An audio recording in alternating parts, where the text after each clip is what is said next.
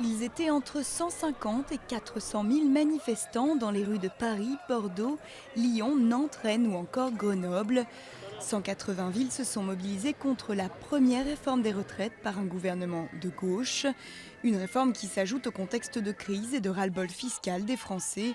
Pour les syndicats, malgré leur division, il faut maintenir la pression. Notre action vise aussi à faire réagir les parlementaires, à faire réagir les salariés, à faire réagir les autres forces sociales de ce pays. Laissons-nous le temps de mobiliser et de faire en sorte que nous ayons un projet de loi qui corresponde véritablement à ce que les salariés veulent. La mobilisation a toutefois été relativement limitée et les appels à la grève peu suivis. En 2010, ils étaient plusieurs millions dans la rue pour contester la réforme de Nicolas Sarkozy. Aujourd'hui, on reconnaît que certains points de tension ont été lissés, notamment sur la pénibilité du travail.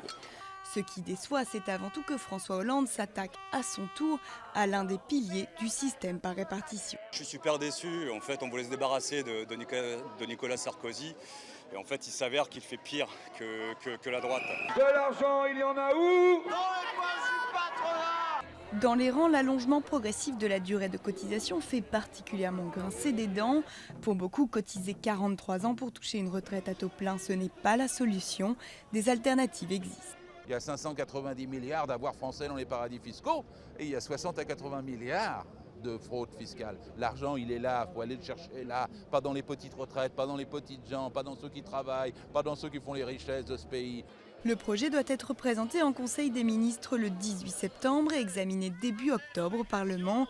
Mais les syndicats organisateurs ont bien l'intention de maintenir la mobilisation.